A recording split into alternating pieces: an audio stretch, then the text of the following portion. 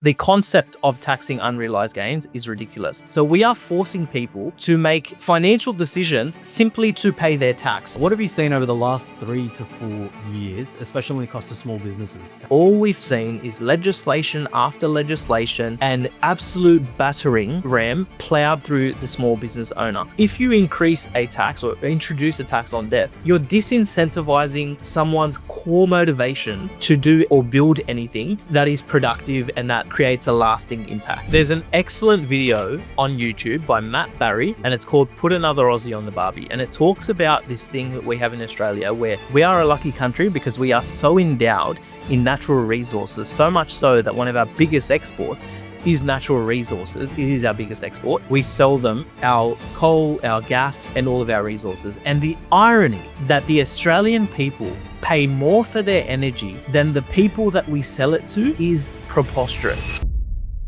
Welcome to the Finance Show with Joe. He's Joe, I'm Michael, and today we have a very special guest, Jacob Fahmy. Hi, how are you? Hey, good. Thanks for having me on. You know, I've been trying to drag you on here for about 3 months now.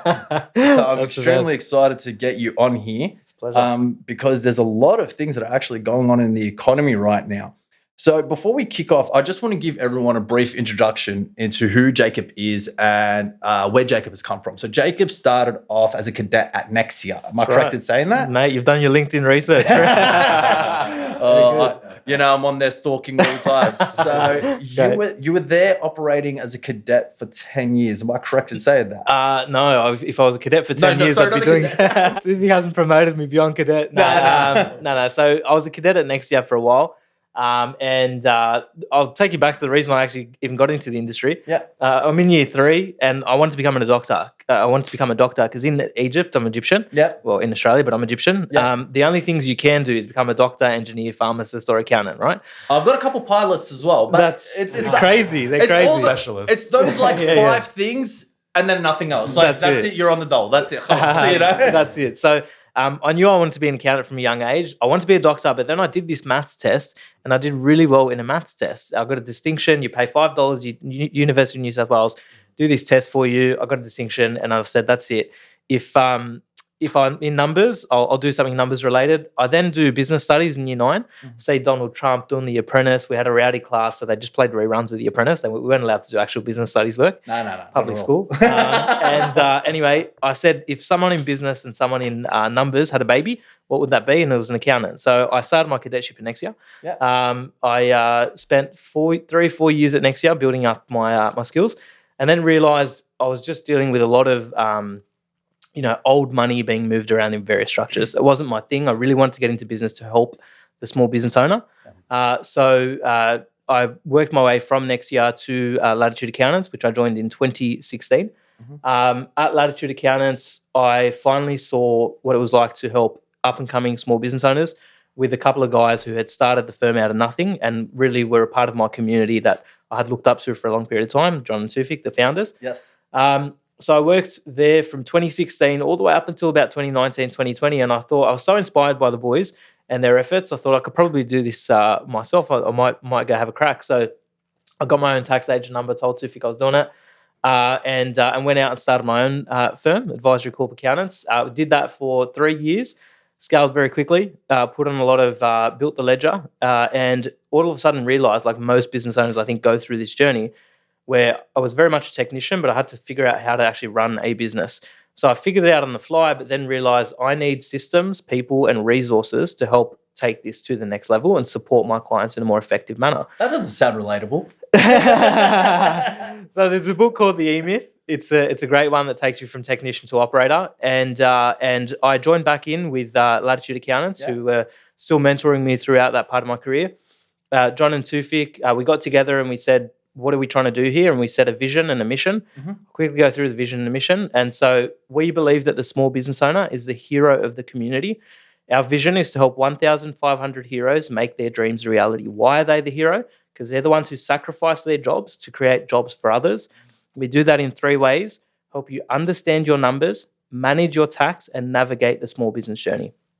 We encapsulated that, put it all over our walls in our own unique way, and we were the fastest growing accounting firm in Australia last year. So that's the long-winded story of my career. No, but there's so much to unpack there, especially with the story behind Latitude Accountants and how you want to help 1,500 small businesses or individuals that own small businesses grow and prosper.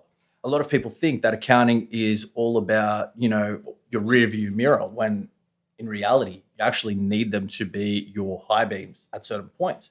Because if you want to spend the next financial year growing, you need to make sure that your books line up so that you could, possibly borrow business loans so that you can make sure you have enough resources for these individuals. Or you need to make sure that, let's say, your payroll is in line, that you're under that $1.2 million threshold so you don't have to pay that payroll tax. That's right. Yeah. Was that the right number? Pretty close. Yeah, it's very good. not just the broker over here. But what I'm just trying to say is a lot of people don't understand that accountants just aren't about tax. It's all about structure as well. Take me a little bit through some structures that you've assisted people with in the past to really help them thrive in the future. Absolutely, that's a great point, Joe. And very. We're hiring accountants. If you're, if you're No. I'm done. I've got enough studies done. Very good. Look, we always say structure is like the cornerstone of everything tax and accounting related. If your structure is right, it will grow and it will help you manage your taxes effectively and move money around your family group and grow wealth in an effective manner. So a classic example, I'll give you two. But let's say you're a small business owner, you're sole trading and you want to take things to the next level. Well, as a sole trader, there's two issues with that. You have, number one, unlimited liability. You're exposed from day one. And number two, as soon as you start earning really good money, you're on top marginal rate. And so there's no real way to either manage your taxes effectively or protect yourself from some of the liability you're exposed to. Mm-hmm. So right from the get-go, if we have a business owner who's in an industry that's a bit riskier, and who is starting to make a bit of money, it would be prudent to have a think about, okay, maybe you need to go into a company structure, because having a company gives you the corporate veil, protects you from the risk of the business, and also gives you a 25% tax rate if you meet certain conditions. But then, okay, we set up the company, but who's going to be the shareholder of the company? And that's really important because a lot of people get this wrong. And to undo this later down the road costs you a lot of money. Capital gains tax to move the shares around. So from day one, and I always say this, if I were a small business owner and I wanted to grow my business beyond myself and have systems, people, and processes, I would set up a company and I would have the shares of that company owned by a family trust. And that gives me the best of both worlds. A company is a nice commercial structure to protect me and to help me manage my business. But on the back end, I have a family trust, and where I meet certain conditions, I can pay dividends out to that family trust and disperse it throughout my family group. Obviously, I've simplified it a lot. And there's a lot of things you need to go through with your accountant to make sure that's possible for you. But that is, for example, a really good structure for a small business owner. Now that's, again, it's horses for courses, and it's so unique to each business owner and their goals. So don't just rush into that structure or the structure Bob at the bar told you to do. But that's the prime example for a business owner. If you want a property investor, you really need to think about what is your long-term goal, which I'm sure, Joe, you work with your clients on. And for different structures, there is different lending, which I'm sure you're very well across. And not only that, with each structure comes different tax advantages and disadvantages. For example, you want a negatively geared rental property, potentially your personal name, but it depends. What do you do for a living? Are you are you taking on risk in your personal name? Are you a director? Is the property positively geared? Then we might put that in a family trust. However, family trust might be exposed to land tax in certain states. So there's so much that goes into structuring. There is no one structure for each individual. It's really unique to every business owner. And it's really important that we say before you transact, get in touch with your accountant, get in touch with your broker, and get in touch with your trusted advisors so that they're all on the same page and that you have a structure that supports you in achieving your goals, which are unique for every person. I love everything that you've said there. And I want to highlight something in regards to making sure that your structure is in place. And making sure that you have the discussion with your advisors. The reason why I'm bringing this up is because I've gone through a lot of changes recently, okay? So I got married at the back end of 22, and then I've recently had my first child. Congratulations. Okay? Thank you. Very good. As you've all seen on social media. But my thought process behind the way I would acquire property or the properties I would look at are very different to what they were 3 years ago, even a year ago. And this is why it's important to speak to an accountant regularly. And I don't mean regularly, like call them up every week. I mean quarterly. Speak to your accountant quarterly and have an accountant that contacts you quarterly. Because if you have those items, your values, your risk assessment, everything changes in a heartbeat. For example, and Michael, I know you want to say something. Just give me 1 second. No. Yeah. Oh, no, I was just going to ask, is this more for like business owners or is this advice for everyone? Both. Okay, so think about my personal situation, okay? Just taken on 64 square meters here, 12 square meters here, 76 square meter office in Barangaroo, not cheap, okay? That's one risk I've taken on. Another risk that has occurred recently is my wife is no longer working the hours that she was working before. So our income level has dropped on her side. Thankfully, I'm able to assist in my ways. I've got my staff. Everyone has stepped up. We've got the resources to do so. But when it comes to spending, the properties that we were looking at previously, I was thinking to myself, you know what? We can take that hit. Now I'm thinking to myself, no, maybe not, because negative gearing doesn't really have its effect until the end of financial year. You've still got to manage the cash flow. So let's say my interest repayments are $10,000 a month. Okay, just for example, I'm spending $120,000 a year on interest repayments. Okay. People are like, oh, but that's negative gearing. You can get that back when it comes to tax time. No, it doesn't come back to me. Yeah. It just reduces my tax liability. Yeah. Exactly right. You're loving everything I'm saying right now. I can see the smile on his face. All it's doing is reducing. I still have to have the cash flow to pay that. All it means at the end of the year, my personal tax bill is going to be less. That's all negative gearing means. So for me to say, oh, you know what, $10,000 in interest repayments every single year, I can afford that. No, it's got to be different now. I've got a baby at home that needs to go see the doctor right now. Okay, I've got a baby at home that needs formula, bottles, clothes he's going to outgrow very, very quickly because the kid's a unit. Okay, for those not from Western Sydney, that means he's large.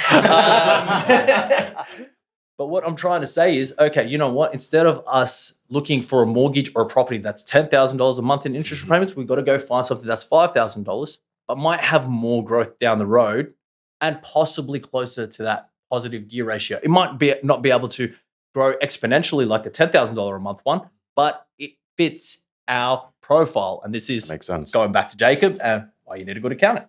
So that's really good advice. The worst advice accountants give, in my opinion, is, hey, you're making a lot of money. You should go and buy a negatively geared rental property to reduce your taxable income. And it's so consumed by the everyday person that it's almost like, oh yeah, I want to buy a negatively geared rental property. But to your point, no one understands that if you're negatively geared, you are losing money every month, and that actually has a cash flow impact. Yes. You are actually losing that money every single month. And yes, you get a tax advantage, but I would never tell you to spend $1 just to save 30 to 47 cents. So you really need to reassess whether buying a negatively. And here's the other thing that irks me with that advice is that's not tax advice. That's actually financial. It's not. I don't know if it is or not financial advice, but we're teetering the edge there because for someone to buy a negatively geared rental property, you need to understand, hey, what are your goals in terms of wealth? What are your goals in terms of how much you make, where your money's going, super, overall investment strategy, blah, blah, blah, blah, blah. And it's part of the overall picture. It's a financial strategy with tax consequences. It is not a tax strategy, a pure tax strategy.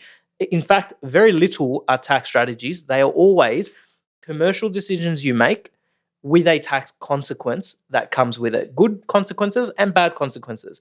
And so the right advice, like you so eloquently put it, is really assessing where you want to be and what works for your family in that scenario, and then thinking about the tax consequence on how you can mitigate or position yourself differently. That's fascinating because I have only heard the opposite of that. Like everything that you like, the what you were saying, like that standard advice that like, yeah, just get it and make it negatively geared and you'll be fine. Yeah. When it's just not the case. I'm glad to hear it. No, it's something that a lot of people don't really listen to, and they just this is the fucking thing that shits me about this industry. And yes, I did curse because I am so agitated by it. And I actually said it to Jacob when we first met on Zoom, and he's like, well, this guy's intense. Okay. I said to him, brokers can now get their certificate for and diploma on a one-day course, ChatGPT assignments. Okay. Right. All right. You go to a third party distributor of these certificates. You go online, you do their quick course, 3-4 hours, you are now able to handle tax file numbers, passports, everything. Those individuals out there are like, oh, you could service the debt. Oh, look, yeah, you just negative gear the property. Don't get your tax advice from a broker. Oh my God, what are you guys doing? There's accountants for a reason, and accountants have to do 3 to 4 years of university just to be able to provide this advice. And then on top of that, to become a chartered accountant is another year afterwards. 2-3 years. 2-3 years. And then CFPA, there's one level above chartered accountant. There's a fellow, which currently John in our firm is. Yeah. And that's, you've got to spend actually 15 years in as a chartered accountant. So it's quite a thing, yeah. Yeah. It's ridiculous that these things are occurring. And I'm just going to highlight something right now. Don't get your tax advice from a mortgage broker. They are there to help you borrow money. Always get your tax advice from an accountant. Now, we're going to take a quick break, and I want to touch on something that's very important to both of us, and that is productivity. The reason I wanted to bring Jacob on today, he is helping small businesses. He wants to help 1,500 small businesses thrive. And over the last 3 years, or even more, I want to say the last 4 or 5 years, we've actually seen a small business collapse in Australia. We've seen multinational corporations make record profits, but we've also seen over, I want to say 2,800 builders and developers go bankrupt. We've seen restaurants close down. We've seen empty office space all over Victoria. And currently in the federal government, they're discussing how can we increase productivity? And you could see the visceral reaction I have right now. And they're having an economic roundtable discussing inheritance and death tax. The second one is the cost of electricity and power bills. And you can see how happy I am to discuss that one. The third one is this new increase in superannuation tax, as well as unrealized gains. And the fourth one, if I am correct in saying this, is the death tax. It was a third, but sorry. Fourth one would be the work from home legislation that they're talking about in Victoria. Okay, so the reason why I took a deep breath there is because they want to increase productivity. Let's revert back. Okay, I'm just going to take everyone back a little bit.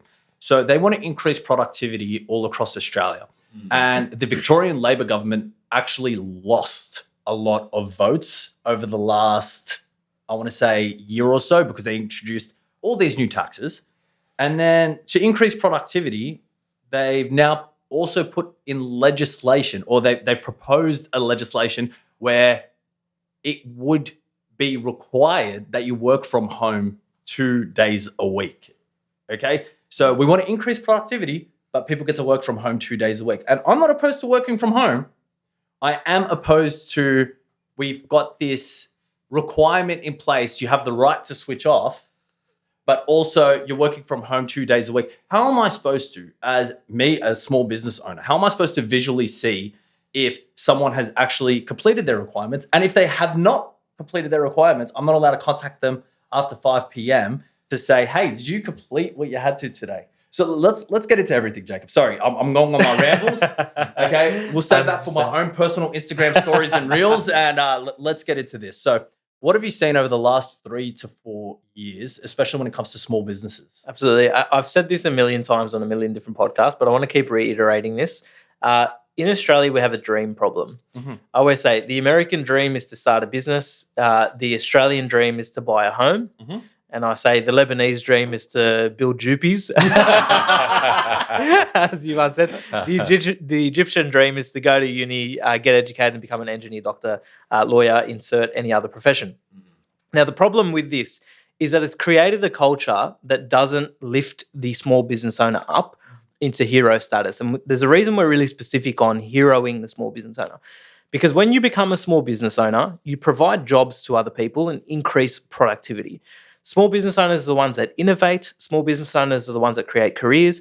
And small business owners are the ones that create community feel and fabric. So think about the local cafe you go to that's vibrant and buzzing, the local club you go to on a Friday night. All those sorts of things drive the community and drive the economy. But unfortunately, over the last 4 to 5 years, all we've seen is legislation after legislation and absolute battering ram plowed through the small business owner. Whether we're talking about things like working from home 2 days a week. Now, like you, there is no issues with working from home. That's not actually the issue. The biggest issue is when a government gets involved in the relationship between an employer and employee. It takes two to tango. If you're working for someone you don't like, you should reconsider why you're there working for them. Vice versa, if you're an employer and you can't trust your employee working from home, maybe that's not the right employee for your business.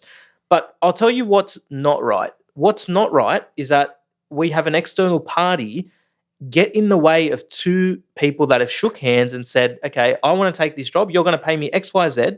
These are the conditions we're going to set. Yes, I agree, or no, I don't agree. You can, there's two parties at that deal.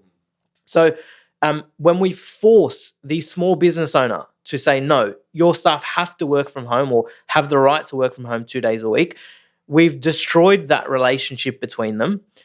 We've created a unfair playing field for small business owners because every resource is limited for a small business owner. But if you're a big corporate, you have not basically unlimited resources, but you have a lot more resources to be able to handle changes. Do you know who licked their lips at the proposals of the 2-day work from home is big corporations. It's an unfair playing field for small business owners who are trying to manage staff, who are trying to grow, who are trying to innovate, and we're absolutely destroying them and allowing the big corporations. Every time we increase the minimum wage, do you know who licks their lips? Is the bigger corporates with thicker profit margins who can increase their prices. And if Nike increases their prices, Nike's still going to make money. Mm-hmm. If the small business owner has their minimum wage of their staff increased, they have to push that on because they can't afford to reach into their back pocket. Most small business owners don't make a crazy amount of margin as it is. Now they have to force the consumer to pay more, and that creates friction. So it all sounds good and noble for all these things that we're putting in place, but is it the right move for a small business owner? It could be argued completely opposite. Would it be a better recommendation, because this is obviously going to be talked about in Parliament and such? Would it be better to put a company size limit on this work from home stuff? So if you're, 50 below, this legislation does not apply to you, and above it does. Would that be a better solution, or would it just be better to scrap it entirely? I would honestly. I'm opposed to most. I'm very. I don't want to say conservative. I'm more libertarian on this one. Yeah. I believe the employer and the employee should come to their own agreement. Mm-hmm. Because what's right for you is not right for the next person, and I don't believe in mass legislation to just decide. Australia is so good at doing this, by the way. Australia is so good at saying this little one thing happened, therefore the way we do everything is going to change. Oh boy, we throw the baby out with the bathwater. Jesus. Yeah. Too close to home right now. Yeah. This one small thing happened, and it may be serious. I'm not saying it's not. Yeah. I'm not mitigating or downplaying the seriousness of one bad employer-employee relationship. I'm not. But what I'm saying is that most people can come to an agreement between their employer and employee, and they don't need the government stepping in and acting for that. You may feel differently. Michael, I actually like that suggestion. I actually think that imposing it on all businesses is a bad move. So I actually really like that idea. And I also really like what you said.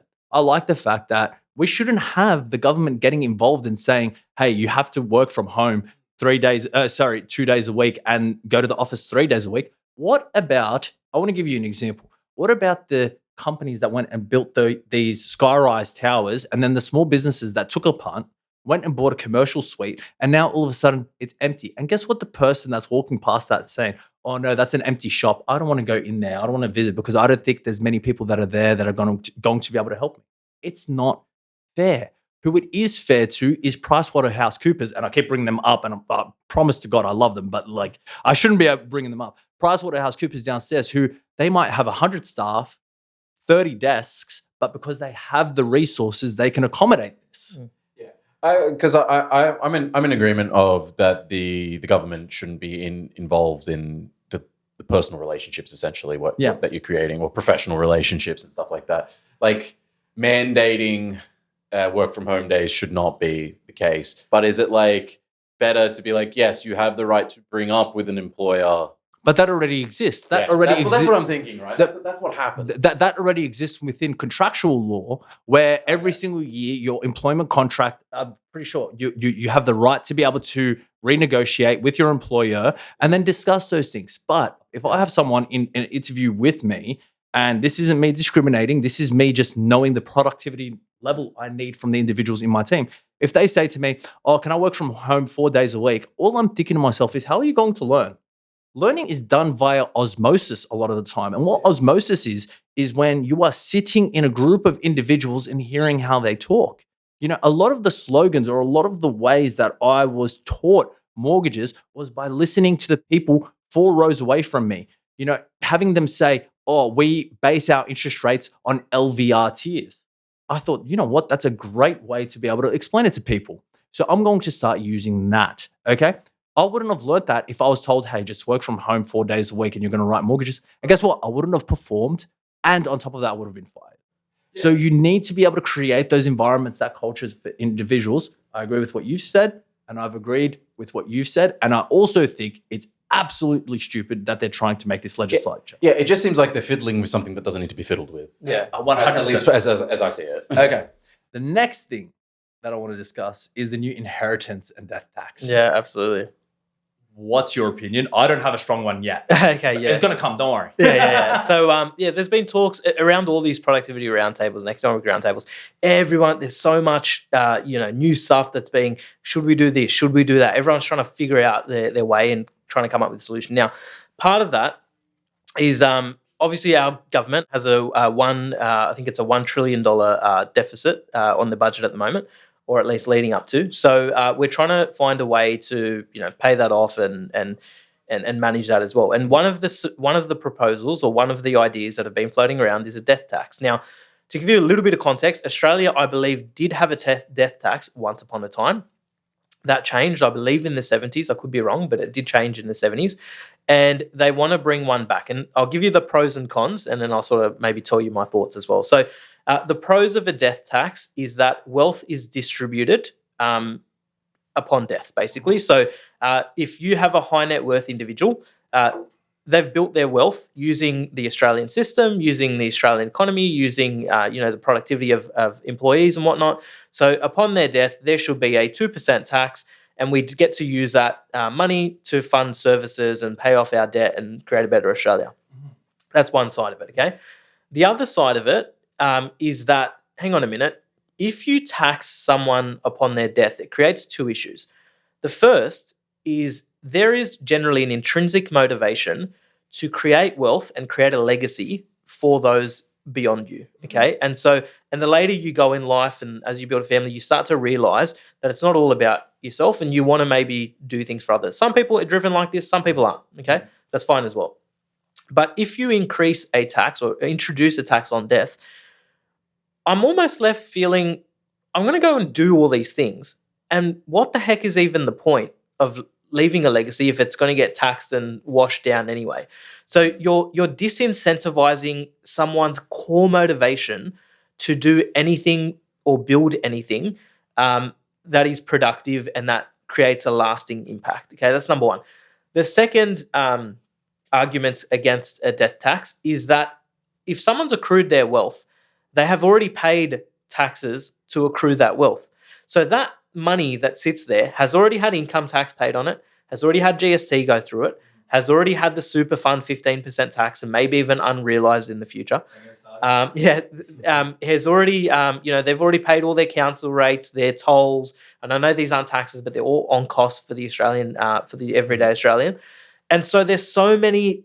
I could be here if you gave me 10 minutes. I reckon I could fill it with the amount of taxes we pay already, and to then slap on another tax right at the end of their life.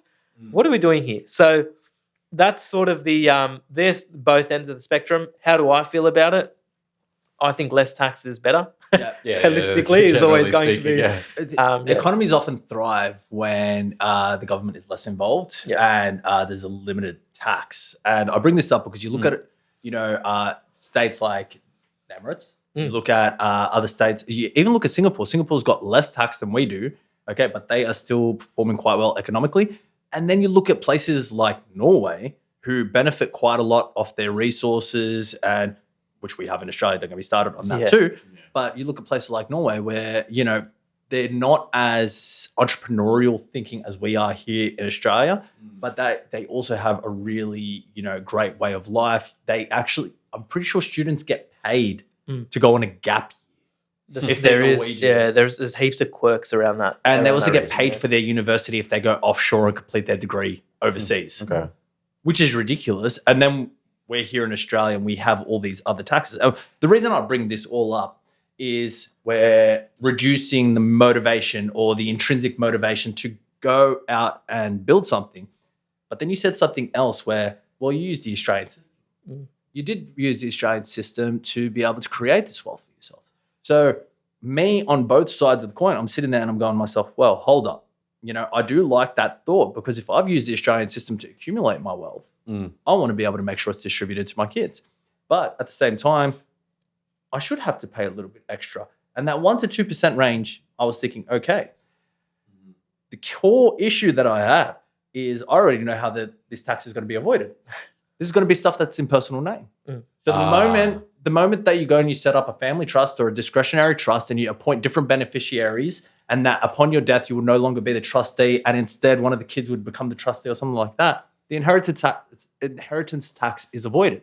So all I'm thinking to myself now is, this is going to sell headlines. This is going to be, but the people that are extremely wealthy have already figured out how they're going to avoid this. Instead, what's going to happen is it's the people that have accumulated a bit of wealth, don't have a good accountant like the person on my right to be able to structure certain things, and their kids are the ones that are going to get hit. Yeah, that makes sense to me. I'm also hesitant about talking about a death tax and whether or not it's going to happen, because I do remember with when Bill Shorten was trying to go for the election, I think that was 2018. It doesn't matter. Regardless, it was a while ago now. Yep. Yeah. And they were saying that there was going to be a death tax, but that didn't end up being true. I just think it's a bit like negative gearing. I think it's political poison. I don't think anyone will touch it. Yeah. Regardless of their motivations. No, I just think it's silly, but even at its core, just bringing it up gets the average punter, or as we're all called now for some reason, thanks Instagram, gets the average Australian revved up. And if anything, and in our Arab culture, I know my dad. My dad has worked his ass off all of his life, okay? The moment that they're going to try and introduce this, the first thing that's going to happen is people are going to go to their accountant and say, hey, no, I don't want this to occur. I worked my ass off, and I don't want my kids to be forced to sell something, because that could happen too. Absolutely. Be forced to sell something so that we could bring this in. Exactly. Yeah. It's also got a scary name like death tax. I just think they're thinking of anything to try and repay their failed ideas or projects. Well, it's also taking the burden off people's personal incomes and small businesses, right? Because that's where most of Australia's tax income comes from, right? It's personal tax, right? Income tax. Yeah. Wait. You think they're going to introduce a death tax and reduce the income tax? No, I did not say that. Okay.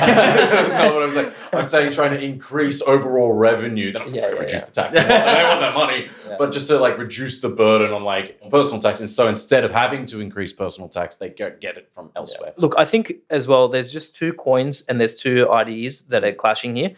And one of them is that, hey, should we tax our way to repaying this debt? Or B, should we increase productivity so that with increased output, we can get more revenue and just tax it in the same way? And so more revenue, same tax, or same revenue, more tax. They're the two ideas that are clashing here. And so someone like myself, and I always reference this, the American system was set up, the literal reason, one of the reasons that country was started was a tea tax and the revolution against the tea tax. And that's how they declared independence. And they have built one of the most successful economies of all time. Love them, hate them, think what you want. Just based on the fact that they have the biggest economy that has ever been built of all time. How did they do it? Lower taxes, increased innovation, motivation for someone to go and create and to innovate and to be rewarded for their efforts and not get taxed in every which way just to, just to crush them. So I've got a conspiracy theory that's just built up in my head. No, it's just all of a sudden. Okay. So do you think that they've increased all these regulations around building and construction to actually drive people away from focusing on using housing to increase their wealth and instead start focusing on different businesses? And the reason I bring this up is we've seen, Senator Bragg always posted, there's 5,000 new regulations in the last 3 years. And we've seen a lot of developers actually exit the industry, or if they haven't exited, they've started to look at regional areas because land is cheaper and it's easier to build there and stuff.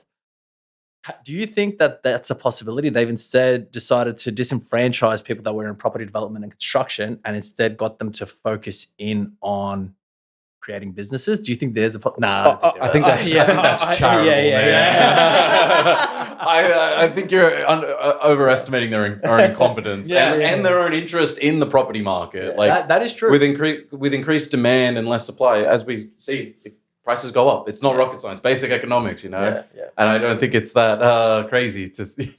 I'm about to shed a tear. He's debunked. I didn't hit that. I'll give you guys a moment. No. That was amazing. He's going to get so excited when he finds out that I'm planning to build a duplex. That's the best.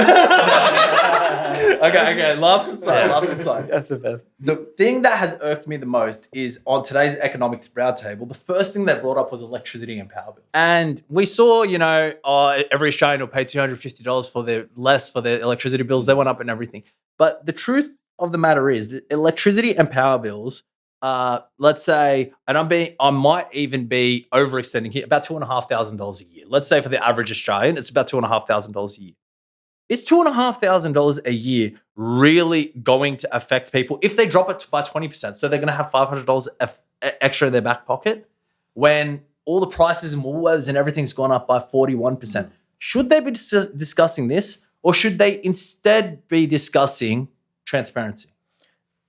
This is a great point. Yeah. And you're absolutely right to question the ridiculousness of the fact that we're getting assistance and it's such immaterial assistance to it's almost a slap in the face to the everyday Aussie, is the honest truth. There's an excellent video on YouTube by Matt Barry, and it's called Put Another Aussie on the Barbie. And it talks about this thing that we have in Australia where beneath us, there's a reason we're called the lucky country. We are a lucky country because we are so endowed in natural resources, so much so that one of our biggest exports is natural resources. In fact, it is our biggest export, and we can trade it not to someone halfway across the world, literally to our neighbours in the APAC region. We sell them our coal, our gas, and all of our resources. And the irony that the Australian people pay more for their energy than the people that we sell it to is preposterous. This is the hardest part to understand about Australia is the way our mining and the way our energy sector has managed to hurt the everyday Australian more than they've been able to help them. There's a core link between the productivity of your country and the price of energy, because energy is literally everything. It powers everything around you. And it moves everything around you. And there's so much, like every time we check inflation, it's one of the core indicators of inflation, how much you pay for energy, right? And the idea that we got a $200 saving. Dude, we shouldn't be even paying that much for our electricity to start off with. Yeah. It's not about how much we're saving. It's about getting back to the drawing board and saying, how am I letting my own Australian people suffer with high energy prices, but our competitors in countries not far from us are building their economies off the back of our natural resources? It's ridiculous. And they're not paying tax on it either. Yeah, and you've nailed it. Okay. Sorry. I've never seen you lost for words. I can't believe I did that for a second. Now, I have a question. Is that as a result, because I've heard this spoken about, I'm not particularly educated on the subject, but is it because of our privatized energy grid and things like that? No, that's all it is. Howard came in 96, 97, 98, decided to privatize all of it, sell it off, and then that was it. Oh, okay. Well, there you go. Okay. But this is the thing. You can reintroduce laws. Yeah, of course. Yeah. You can introduce laws. You could say, hey, guys, you know what? give us our tax money. Hey, I want to build a new highway. I don't want to have to privatize that and send it to someone. And then all of a sudden, the M5 only has 2 roads, two lanes on their street, and there was gridlock traffic. So we had to build the M8 to get around it. No, there's a way to do this. Yeah. It's called having balls. That's all it is. And we're going to cut Jacob out of that clip, so he's not included. But that's all it is. It's called having balls, standing up to the people that are coming and approaching you. The issue is then you get geopolitical tensions, and then all of a sudden you start a war with China. We can't get into that. Of course. Outside of our scope. The final question that I want to ask. So we've brought up the death tax. We've brought up the possibility of. Sorry, we did death tax. We've done electricity bills. Work from home. Work from home. Okay, and the last one, the unrealized gains tax. Yeah. So I want to move on from this topic because we've got one more to discuss, and it's my favorite one. But we've got the death tax. Mm-hmm. We've discussed working from home. We've discussed electricity bills. The final thing that I want to discuss is the new unrealized gains tax and the possibility of increasing the amount that you pay tax in your super from 15% to 30%. Now, this has been a massive debate all over. You and I had an argument about this a few weeks ago. It's all about... It's ago now. I had a kid. But this has been brought up time and time again. Have you had clients approach you and say, hey, I need to protect myself from this tax? What's going on? What are you seeing on your side? And what do you think is going to actually happen? Because they haven't brought the legislation in. That's right. That's exactly right. So it's a good note you make. This isn't legislation that is in at the moment, but it's very, very hotly debated at the moment. And with the Labor and the Greens controlling, the rooms, there is a likelihood that this can definitely come into play. Now, 2 things. First of all, unrealized gains. Nothing irks me more than tax on unrealized gains because of a few things. Number 1, it's touted to only be for super fund balances unrealized, for super fund balances above $3 million. However, they have left the door open. Why? Because it is not indexed. And with all things tax and government, once they get it in, it's not impossible, but it's very rarely ever removed, okay? So first of all, it's not just going to be for people with $3 million of assets because in future, that $3 million with the power of inflation is going to be $2 million, is going to be $1 million, is going to be whatever it is, right? And so all of a sudden, you have everyday Aussies and everyday workers that are going to accumulate wealth through inflation and are going to exceed the threshold. That's number 1. Number 2, the concept of taxing unrealized gains is ridiculous because there is no liquidity when you have not realized the asset. So we are forcing people to make financial decisions simply to pay their tax. So for example, you have an apartment that's gone up in value through inflation let's just go to a house in Western Sydney. House in Western Sydney is typically double what we've seen, double over the 10-year period. Okay, so eventually these houses in according to the data, may be worth $3 million. Go seek financial advice for that, but may be worth $3 million. You may then have to sell that asset simply to pay a tax that has been imposed on that asset. Do you understand how ridiculous it is to enter into a property transaction just to satisfy a tax payment that you have to make? I think that's ridiculous. And then my final problem with this unrealized gains tax is that it starts in the super fund, and then it ends up to the individual. There we go. And so I see it as this Trojan horse that, we're going to tax super funds and it's only for the mega rich and it's only going to affect a few people anyway, and we don't even, we should tax the rich and blah, blah, blah. And then all of a sudden it finds its way into, okay, let's do the same thing for structures, trusts and companies. And then, okay, we're done with taxing trusts and companies, and then who's next? Let's go to the individual and say to the individual owner, hey, you own some crypto. That's gone up in value. Sorry, mate, got to sell the crypto to pay the tax. Hey, you own a property. Most property investors are mum and dads. We know that because that's what the data suggests. Hey, by the way, we know you're trying to accumulate this wealth and for your kids and whatever. That's great, but you're going to have to sell that because you need to pay some tax on it. Or you can just find the cash elsewhere, which they may not necessarily have. So it starts at the super fund, and it's a slippery slope very quickly to the everyday Australian person. And before you know it, 2 generations maybe from now, you have an unrealised gains tax for regular everyday Aussies who are just trying to make ends meet. It's the boiling frog. That's right. Yeah, it's keep them in there, slowly turn the temperature up. The frog has no idea, and then all of a sudden the frog is boiled. That's right. I actually really like the points that you bring up when it comes to unrealised gains tax, because now you have to sell the property to potentially be able to just pay a tax. And there's so many things around this. my key issue with this tax, I'm almost certain was introduced by Labor. Superannuation was introduced by a Labor government. It was Keating in the 90s that came up with it. So he brought in this superannuation, and Liberal was against it. And then you've had people go, oh, you know what? If I purchase this in my super fund, I'm not going to develop it. I'm not going to do any construction. I'm not doing anything like that. This is just my block of land that I am now using to be able to own a farm, okay? To be able to provide resources in Australia. Now, all of a sudden, that has changed. I do not like the fact that we have a government bringing in an extra 15% for unrealized gains. Whether this comes in, whether or not, I understand the indexation and everything. I think that this is a silver bullet for Labor to get voted out. Because if they bring in more taxes, do you know what's going to happen? Victoria is going to be like, yay, we get to work from home 3 days a week. Everyone in New South Wales is going to vote the other way. That's all that's going to happen, because eventually people are going to get sick to death of it. People want to make money. People miss the fact that we had a prosperous economy back in 2018, 2019, 2020, even during COVID. I understand we were printing money like no tomorrow and we have to pay it back. But people miss being able to go outside and have opportunities, okay? And by having this economic roundtable to discuss productivity, I think that is the right move. I think that is the right move, because these guys, they did everything they could to get voted back in, and now they want to introduce all these things. No, get fucked. Sorry, I keep cursing. I understand it. I've got a son. He's going to see this one day, but get fucked, okay? Because it is not fair to the average Australian punter. And with that, we'll be right back.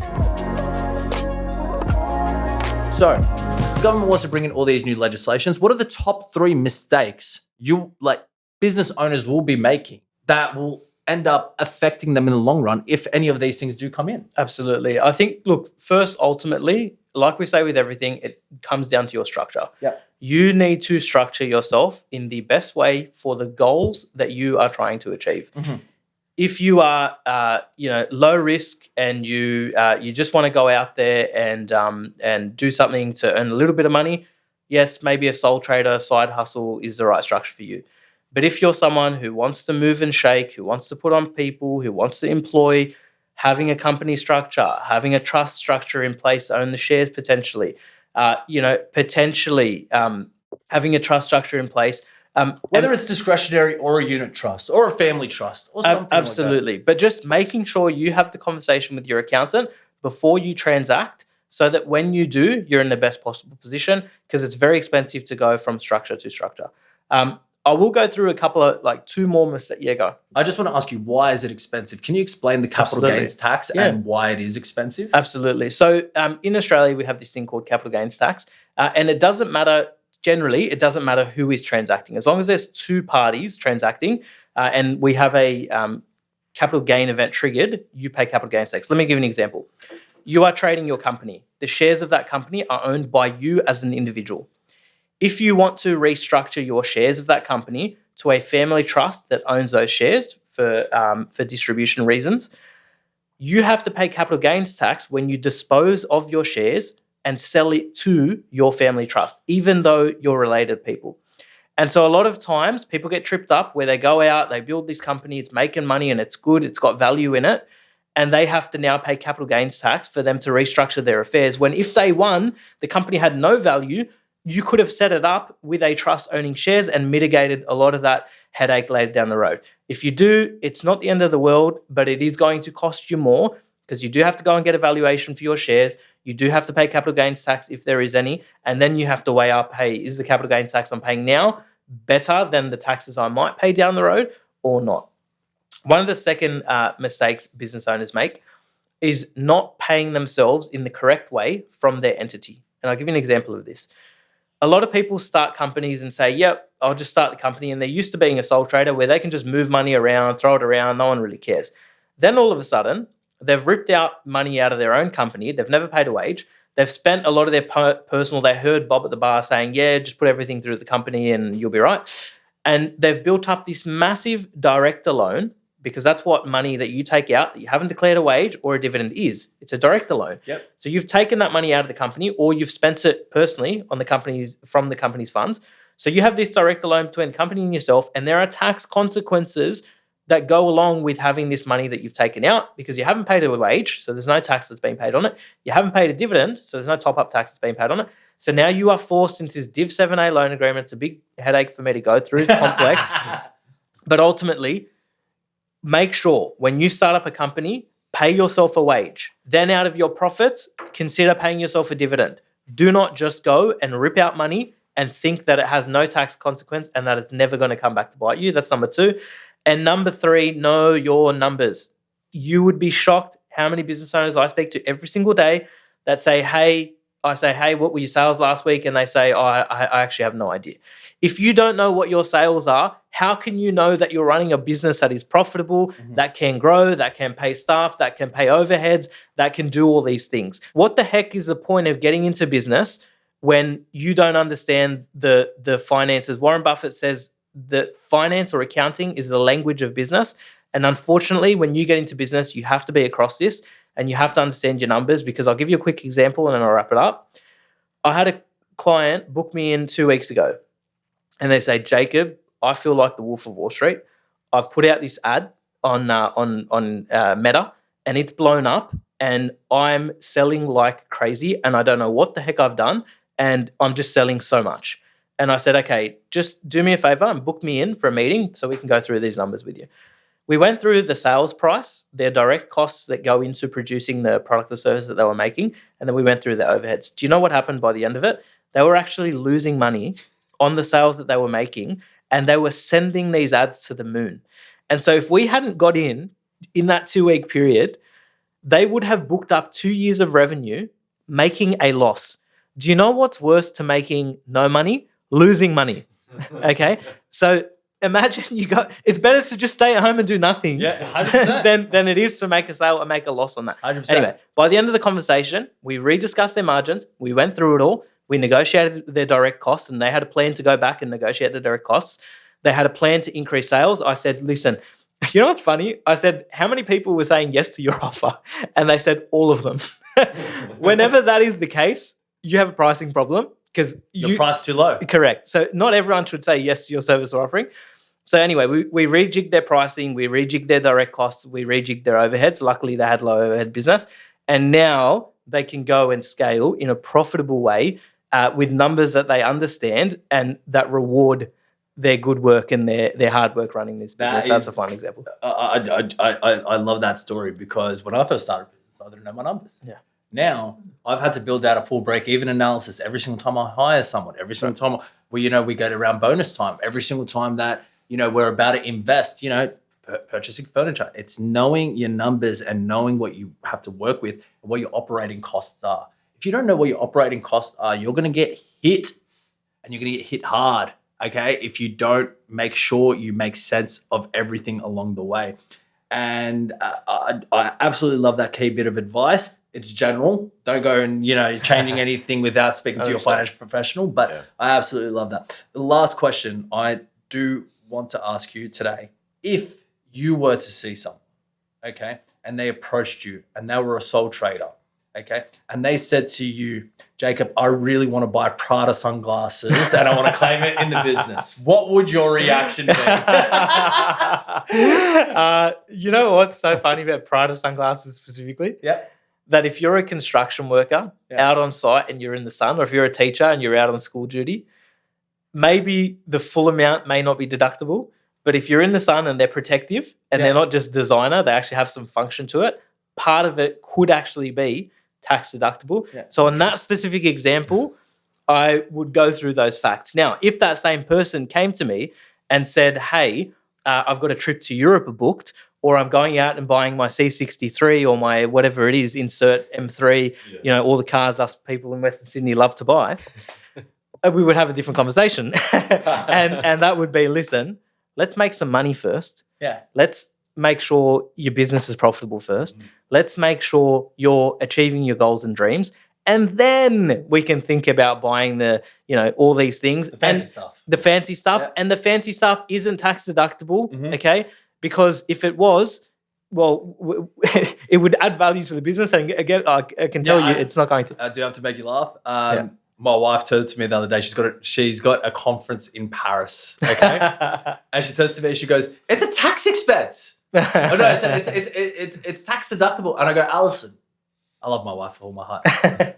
Do you know what that means?" That's all I said to her. Jacob, it's been absolutely fantastic having you on. I know we've gone over time. Your phone has gone off. I don't even want to look at that. Absolutely. So on Instagram, and I'm now on TikTok. I've held it off for as long as I could, but I'm on TikTok apparently. Still don't know how it works. Yeah, I'm still trying to work it out. I'll give you guys a lesson. Don't worry. That's it. So Jacob Fahmy on Instagram, and then my TikTok is jacob.fahmy.tax.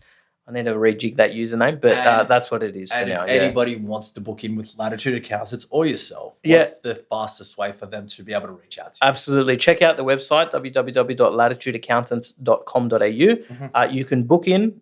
You'll get a call from our BDM who will sit down, discuss your scenario, and book in a call with one of our lovely client directors. And you'll be able to get in touch and we'll go from there. But whatever your situation is, if you're an ABN holder, you get a free discovery meeting to go through and make sure you're taken care of. Thank you so much for coming on. And as always, if you need help with your finances, whether it's if you need help with your lending, whether it's purchasing your first home, purchasing an investment property, or purchasing within a trust, you can contact us at www.itsimple.com.au. I want to thank you all for listening. And Jacob, looking forward to the next podcast because that was too much fun. Pleasure.